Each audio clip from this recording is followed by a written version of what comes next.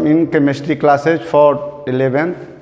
आज हम लोग इस केमिस्ट्री क्लास में some basic concept of chemistry को कंटिन्यू रखते हुए उस कंसेप्ट वाले टॉपिक के लास्ट पॉइंट पर बात करेंगे और हमारा लास्ट पॉइंट होगा कंसंट्रेशन यूनिट्स।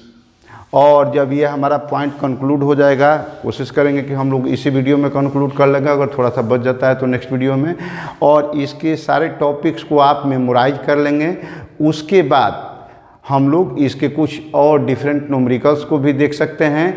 और मेरा सजेशन ये रहेगा कि आपके एनसीईआरटी बुक में या जो भी साइट बुक यूज करते हैं तो वहाँ पर न्यूमेरिकल प्रॉब्लम्स हर टॉपिक से रिलेटेड दिए गए हैं, तो आप उनको पहले टॉपिक को अच्छे से समझ लीजिए और इसके बाद उसको बनाइए, प्रैक्टिस कीजिए। और उसमें जो जो क्वेश्चन नहीं बन रहे हों तो आप हमें कमेंट बॉक्स में लिख करके बताएं या हमारे व्हाट्सएप नंबर पर भी आप सेंड कर सकते हैं और सेंड करके डायरेक्टली जुड़ सकते हैं। व्हाट्सएप नंबर मैं दे रहा हूँ यहाँ पर 9470481155। इस नंबर पर आप डायरेक्ट व्हाट्सएप कर सकते हैं हमको। अब कंसंट्रेशन यूनिट की ज़रूरत क्यों पड़ती है, इसके बारे में हमको क्या पढ़ना है। तो जनरली हम जब रिएक्शंस कराते हैं तो उसमें से अधिकांश रिएक्शन में हमको कुछ न कुछ सॉल्यूशन यूज करना पड़ता है, और जो सॉल्यूशंस यूज करते हैं तो उसमें सोलूट मिलाया जाता है। रिएक्टिव पार्ट मेनली सोलूट ही होता है।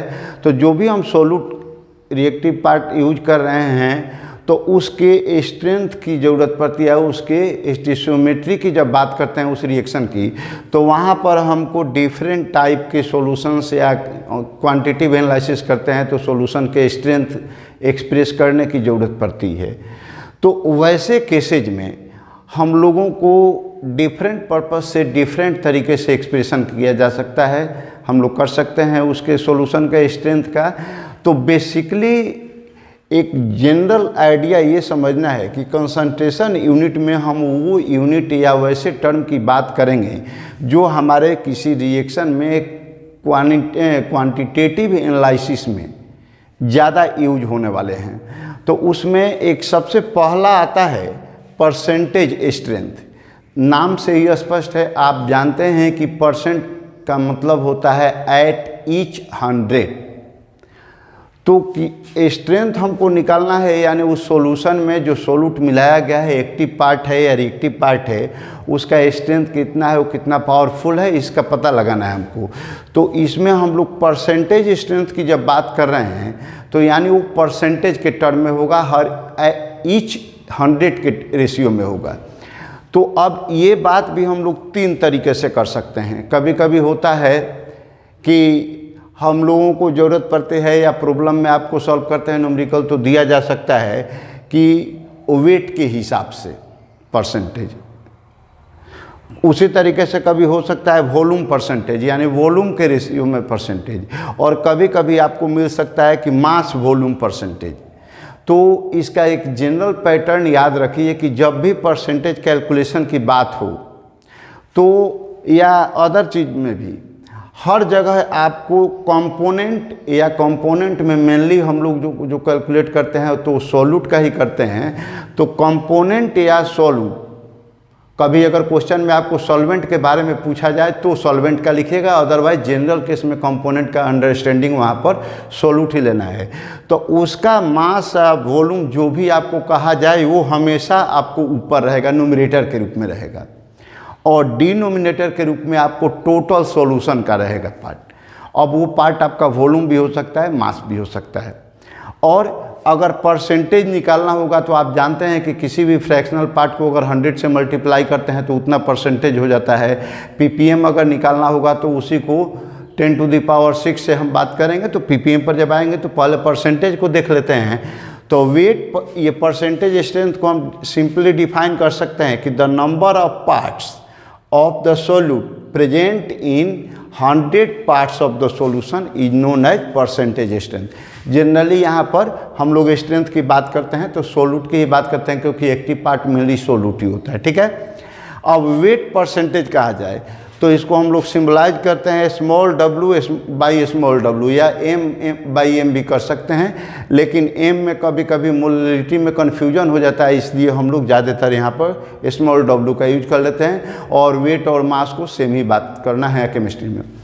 तो वेट बाई वेट, तो ऊपर वाला तो हमको सोल्यूट का लिखना है या कंपोनेंट का, तो हमने लिखा है कि जैसे वेट ऑफ द कंपोनेंट, तो कंपोनेंट के जगह पर आप सोल्यूट भी लिख सकते हैं। यहाँ हमने लिख दिया है कि जनरली कंपोनेंट मीन्स सोल्यूट। अगर सॉल्वेंट की बात की जाए तो सॉल्वेंट रहेगा, नहीं तो जनरली सोल्यूट रहेगा। और बाई में वेट ऑफ द सॉल्यूशन, तो जब W/W हो तो दोनों जगह वेट करना है, इंटू 100 करना है, परसेंटेज हो जाएगा। वॉल्यूम परसेंट निकालना हो तो दोनों का वॉल्यूम, तो volume of component means solute और divided by volume of the solution total into 100, ये परसेंटेज हो गया। फिर मास वॉल्यूम परसेंट कहा जाए तो ऊपर वाले का यानी सोल्यूट का आपको मास लेना होगा और वॉल्यूम लेना होगा सॉल्यूशन का, तो W/V इसको लिखते हैं। और weight of component means wait of solute, और बाई में volume of the solution into 100% हो गया। तो ये 3 तरीके से परसेंटेज निकालते हैं। इसके बाद नेक्स्ट हमारा आता है यूनिट कि नेक्स्ट टर्म कि ग्राम पर लीटर। तो यहाँ पर नाम में ही स्पष्ट है, ग्राम होगा तो वेट है, और पर लीटर यानी 1 लीटर सॉल्यूशन में, तो the weight of solute in gram in 1 litre of a solution is known as gram per litre. जैसे कहा जाए कि अगर NaOH का सॉल्यूशन 20 ग्राम पर लीटर है, तो इसका मतलब ये हुआ कि 20 ग्राम NaOH डिजॉल्व्ड है आपके 1 लीटर सॉल्यूशन में। उसके बाद आता है कि पार्ट्स पर मिलियन, या इसको हम लोग ppm भी बोलते हैं। तो जैसे परसेंटेज है तो वैसे ही पार्ट पर मिलियन है। बहुत सारे ऐसे रिएक्टेंट्स होते हैं जिनका परसेंटेज बहुत ही कम होता है, अगर परसेंटेज में उसको एक्सप्रेस किया जाता है तो बहुत ही छोटा अमाउंट मिलता है, पॉइंट के बाद बहुत ज़्यादा तक जाना पड़ता है। तो वैसे केसेज में जब बहुत कम कंसंट्रेशन होता है सोल्यूट का, तो उसको हम लोग ppm में एक्सप्रेस कर लेते हैं जनरली। तो ppm का मतलब बस यही समझना है कि जैसे यहाँ पर परसेंटेज में ppp था, यानी पार्ट पर परसेंट, हर 100 में कितना था, उसी तरीके से हर मिलियन, तो मिलियन को आप जानते हैं 10⁶ बोलते हैं या 10 लाख बोलते हैं। तो 10 लाख पार्ट में सोल्यूट का जितना पार्ट होगा वो चाहे दोनों वेट के हिसाब से लिए जाएं या दोनों वॉल्यूम के हिसाब से लिए जाएं, तो उसको ppm कहेंगे। तो हम डिफाइन कर सकते हैं कि the number of parts of a component by weight और by volume present in 1 million parts of solution by weight और वॉल्यूम, वेट होगा तो वेट, वॉल्यूम होगा तो volume, is called parts per million. और इसी पार्ट्स पर मिलियन को short में हम लोग लिखते हैं ppm। कभी कभी आपको ऐसे भी फेस करने पड़ते हैं कि उसमें और कंसंट्रेशन कम हो जाता है, ये ppm भी उनके लिए पॉइंट में आने लगता है बहुत ज़्यादा, वो इससे भी कम हो जाता है। तो वहाँ पर हम लोग ppb भी यूज करते हैं। ppb का मतलब हो गया कि फिर पार्ट्स पर बिलियन, और उसी तरीके से ppt भी यूज किया जा सकता है, यानी पार्ट्स पर ट्रिलियन। तो मिलियन पर 10⁶ होता है, तो जब बिलियन में जाएंगे तो 3 पावर बढ़ा देंगे, यानी 10⁹ से मल्टीप्लाई करेंगे। और उसी तरीके से उसके बाद जब ट्रिलियन पर जाएंगे तो फिर उसमें 3 और ऐड करेंगे, यानी 10⁻12 हो जाएगा। तो अगर मान लीजिए कि if 2 components of a solution are A and B, तो 2 कंपोनेंट होंगे तो सॉल्यूशन को हम बाइनरी सॉल्यूशन बोलते हैं, बाइनरी मीन्स 2। तो उसमें अगर हमको A का ppm निकालना हो, ppm A, इसका मतलब कि मास, चाहे वेट भी लिख सकते हैं, तो mass of A into 10⁶ by mass of solution, इतना ppm लिख देंगे। या फिर इसी को ppmb लिखना हो तो वहाँ लिख सकते हैं कि mass of B into 10⁶ by mass of solution. जैसे 100, ये तो फ्रैक्शनल पार्ट था, और परसेंटेज निकालने के लिए आप 100 से मल्टीप्लाई कर रहे थे, तो वैसे ही पर मिलियन के हिसाब से निकालने के लिए आप वहाँ पर 10⁶ से करेंगे। और जैसे यहाँ परसेंटेज लिख रहे थे वैसे ही यहाँ पर हम लोग ppm लिख देंगे। और पीपीबी और पीपीटी के लिए भी वैसे ही 10 का पावर बढ़ा करके हम लोग यूज कर सकते हैं। तो ये बात हो गई। अब इसके बाद चौथे नंबर पर आते हैं हम लोग नॉर्मेलिटी पर, उसके बाद फिर इक्विवेलेंट वगैरह की बात करेंगे। तो अब नॉर्मेलिटी में देखते हैं नॉर्मेलिटी क्या होता है। ये हमारे कैलकुलेशन में बहुत ही इंपॉर्टेंट चीज़ आने वाला है 11th में भी और 12th में भी, और थोड़ा सा इसको जानना ज़्यादा जरूरी है। इसके बाद मोलरिटी भी है, वो भी जानना है, नया है, लेकिन सबसे थोड़ा सा फोकस करने वाला है आपको नॉर्मेलिटी। तो नॉर्मेलिटी जो होता है यह भी एक कंसंट्रेशन यूनिट ही है, और इसको हम लोग कैसे डिफाइन करते हैं, तो the number of gram equivalent of a solute present in 1 litre of solution, तो यहाँ इज कॉल्ड नॉर्मेलिटी। तो देखिए 1 लीटर ऑफ सॉल्यूशन लेना है तो वॉल्यूम तो आपको 1 लीटर में जितना होगा वही उसका, और क्या लेना है तो ग्राम इक्विवेलेंट। तो यहाँ पर नया टर्म आ रहा है कि ग्राम इक्विवेलेंट क्या होता है। अगर आपको ग्राम इक्विवेलेंट पता हो जाए तो आप आसानी से उसका निकाल सकते हैं। तो ग्राम इक्विवेलेंट क्या होता है कि जैसे मोल निकालने के लिए किसी भी चीज़ का आप लेते थे कि given mass divided by molar mass, तो उसी तरीके से अगर ग्राम इक्विवेलेंट निकालना हो तो उसका फॉर्मूला हो जाएगा कि given mass by equivalent mass. तो इक्विवेलेंट मास क्या हुआ, इक्विवेलेंट वेट क्या हुआ, इसको अच्छे से समझना जरूरी है।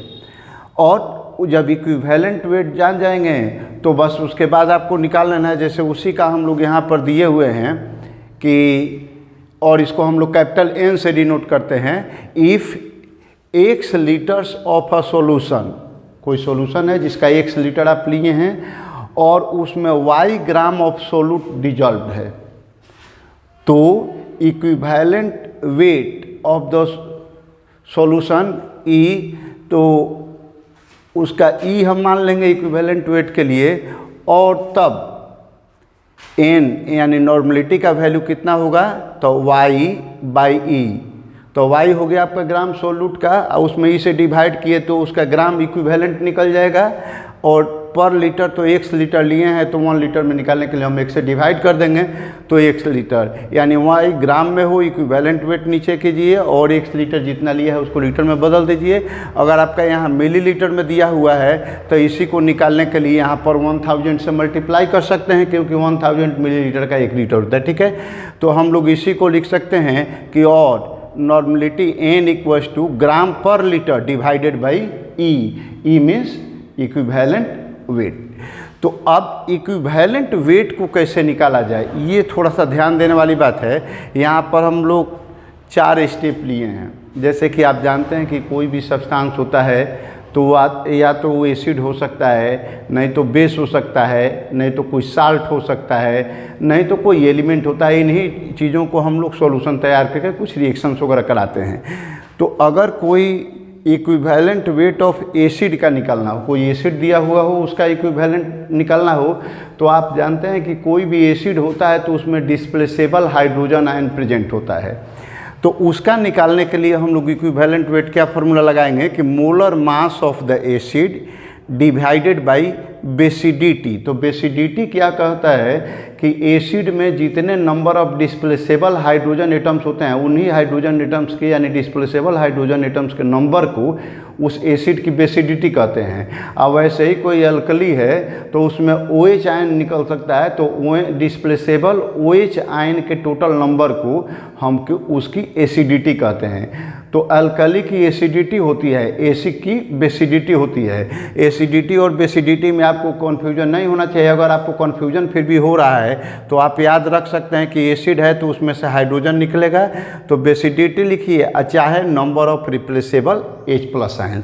उसी तरीके से अगर अल्कली की बात करेंगे तो ऊपर मोलर मास अल्कली का होगा और डिवाइड हम करेंगे एसिडिटी से, या फिर एसिडिटी का मतलब कि number of replaceable OH negative ions चाहे हाइड्रोक्सिल आयंस। ठीक है, अब इसके बाद इक्विवेलेंट वेट ऑफ कोई साल्ट दिया हो, साल्ट का निकालना हो, तब क्या करेंगे तो molar mass of the salt, सब में मोलर मास को ऊपर रखना है और divided by number of active element into its valency.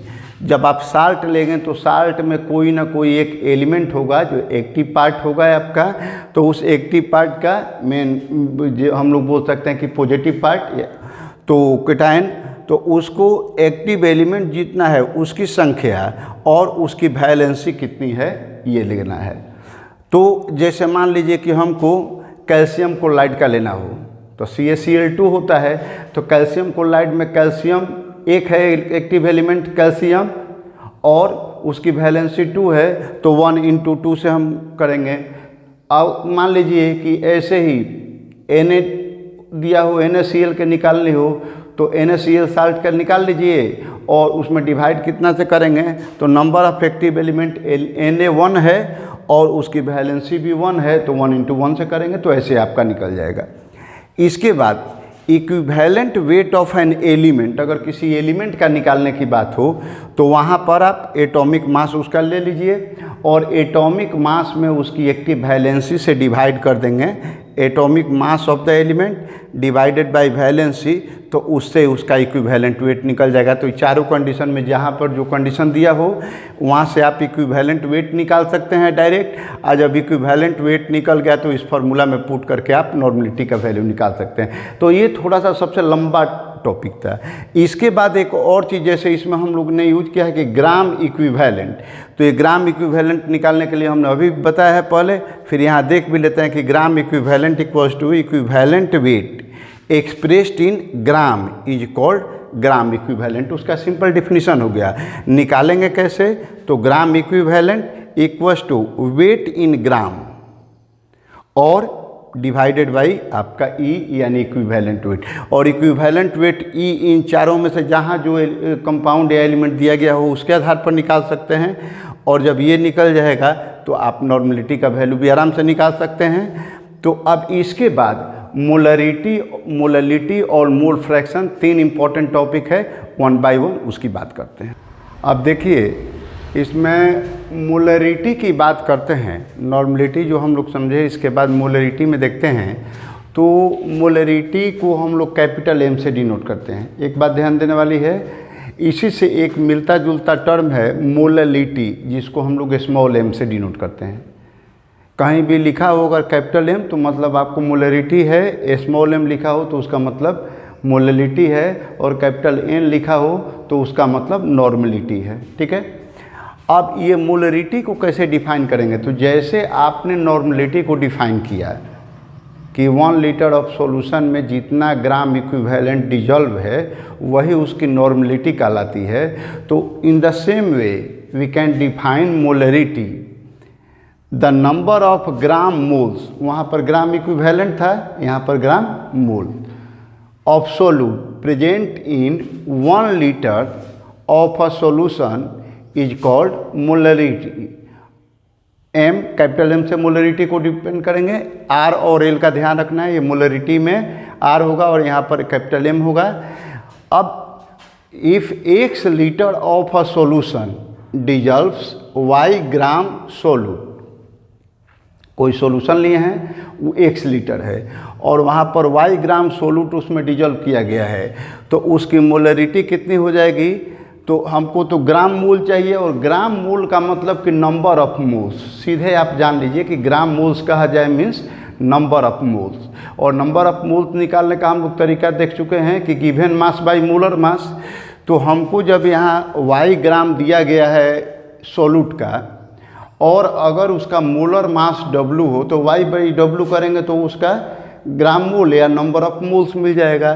तो उसको X लीटर में अगर उतना डिजॉल्व है तो 1 लीटर में कितना होता है, तो 1 से डिवाइड कर देंगे तो वही हो जाता है फॉर्मूला हमारा कि molarity M equals to Y in gram by W। W means molar mass into X in L लिखे हैं मतलब लीटर में, where W equals to molar mass of the solute हो गया।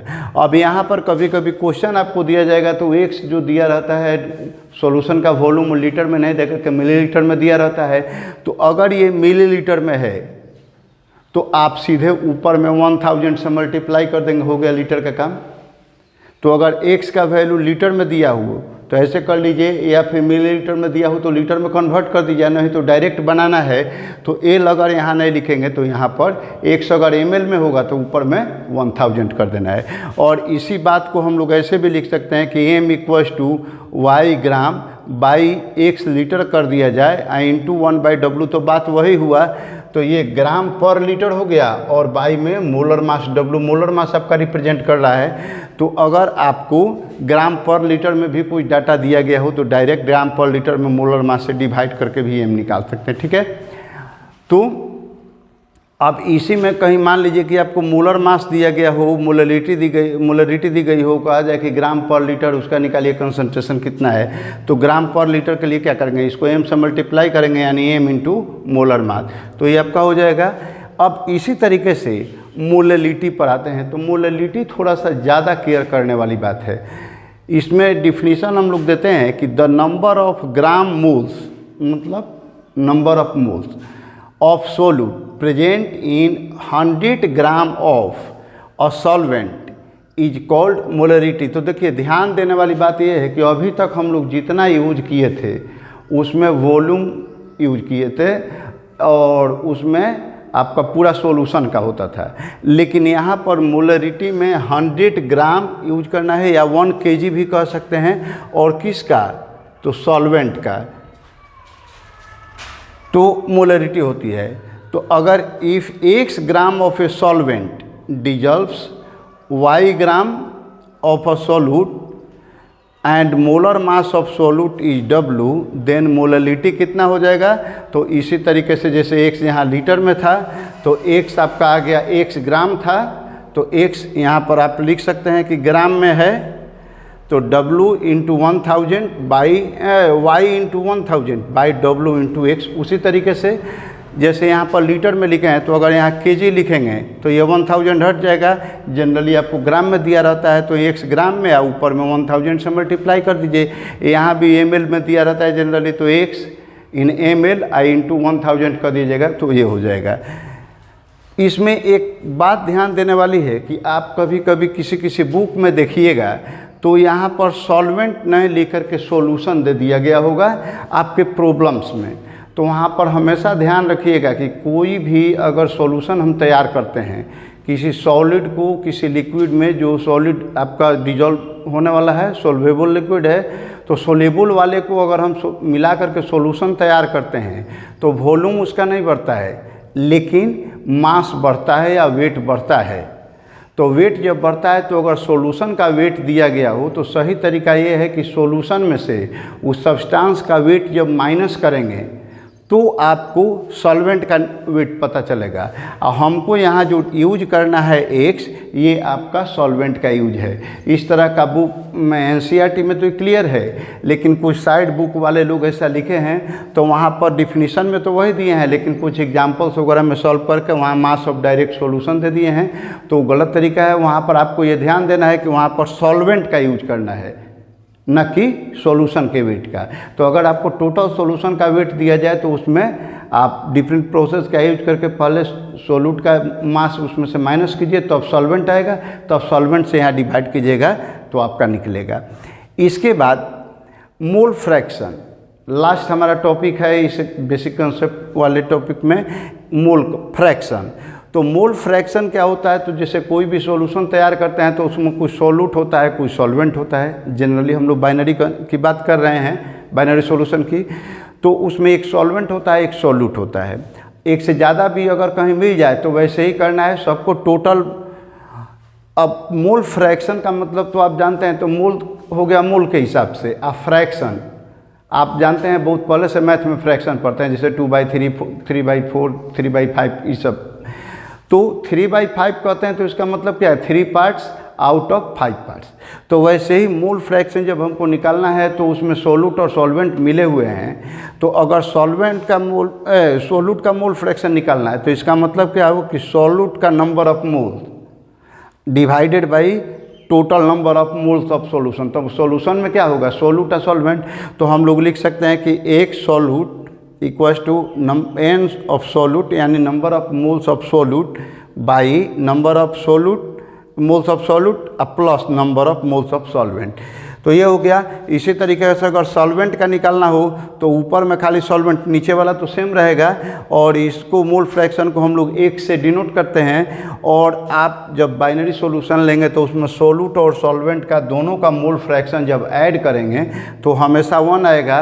तो अगर आपको दोनों निकालने के लिए कहा जा रहा है तो आप एक का मोल फ्रैक्शन निकाल लीजिए, 1 में से उसको माइनस कीजिएगा तो दूसरे का निकल सकता है। मोल फ्रैक्शन का डिफिनीशन भी हम लोग देख लेते हैं कि the number of the ratio of the number of gram moles means number of moles of the substance to the total number of gram moles of the components present in the solution.